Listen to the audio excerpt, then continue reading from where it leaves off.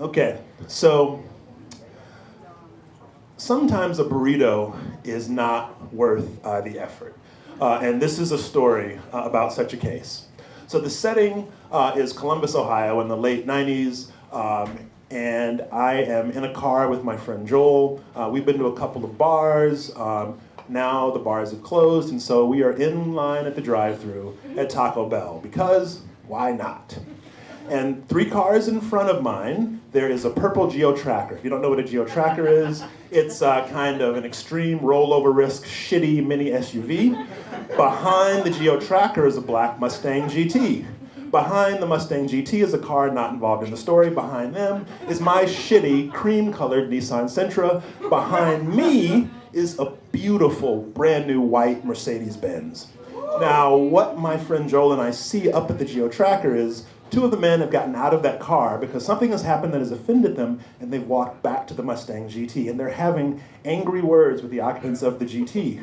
They get agitated, walk back to the tracker, but then walk back to the GT, back to the tracker, back and forth. At one point, the passenger reaches under a seat in the tracker, takes out a small black metal object. Now at this point, a sensible person would say, I'm out of here. But at 2 a.m., I'm not a sensible person, this is entertaining, and I've ordered a bean burrito and I want my damn burrito, so I'm not going anywhere. So we stay and we watch.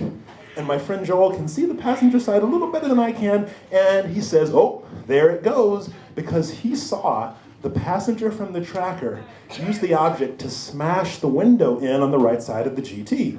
At this point, they go back to the tracker, hop in, rev up, the tracker pulls out of the line and to the right.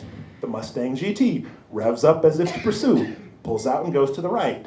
If you know anything about cars, a geo-tracker is no match for a Mustang GT, and so the Mustang GT immediately catches up along the left side of the tracker, and I shit you not, as if in a scene from an 80s action film, they begin banging their cars against each other, arcing and arcing to the right.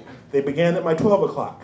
They're at my 1 o'clock, arcing and arcing to the right, through the largely empty parking lot, arcing and arcing to my 2 o'clock, arcing and arcing to my 3 o'clock. And before I know it, they're pointed right at me.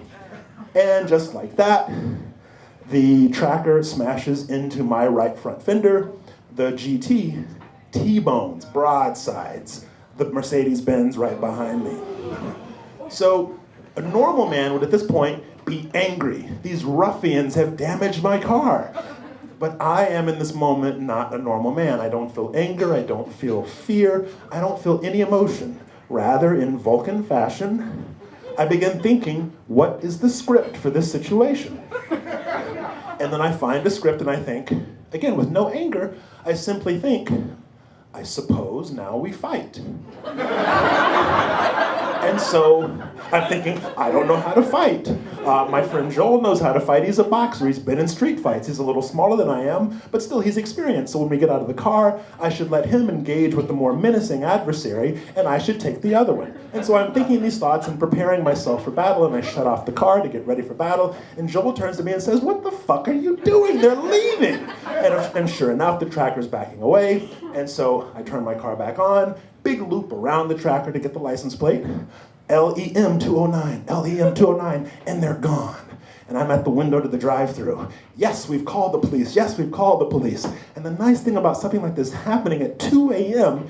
near a campus, Ohio State, of 50,000 undergrads at 2 a.m., there are police patrols not far away.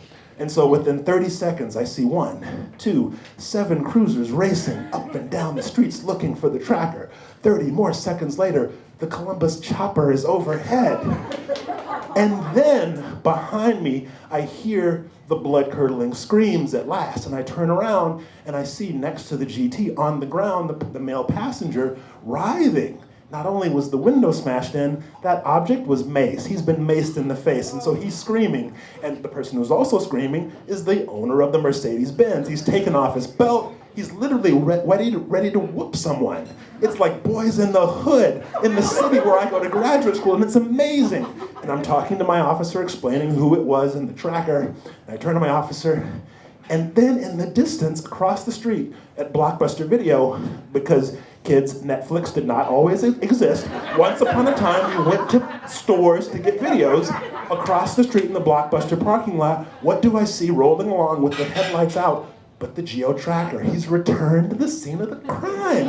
And so I say to my officer, he's right there. And so my officer radios, his officers, 4 officers descend, and he's caught. And I think, he's mine. I can't wait until we see each other again in a courtroom reunion. I'm gonna go Johnny Cochran on him if Johnny Cochran were a prosecutor. And we go, and indeed, I take him to small claims court, and I'm ready to see him there, but of course, he doesn't show up, which means by default, he loses, so I get a judgment, but sadly, he has no insurance and no assets, so my judgment is not worth the paper it's printed on, and what's worse, I never even got my burrito. Thanks, and welcome to the courtroom.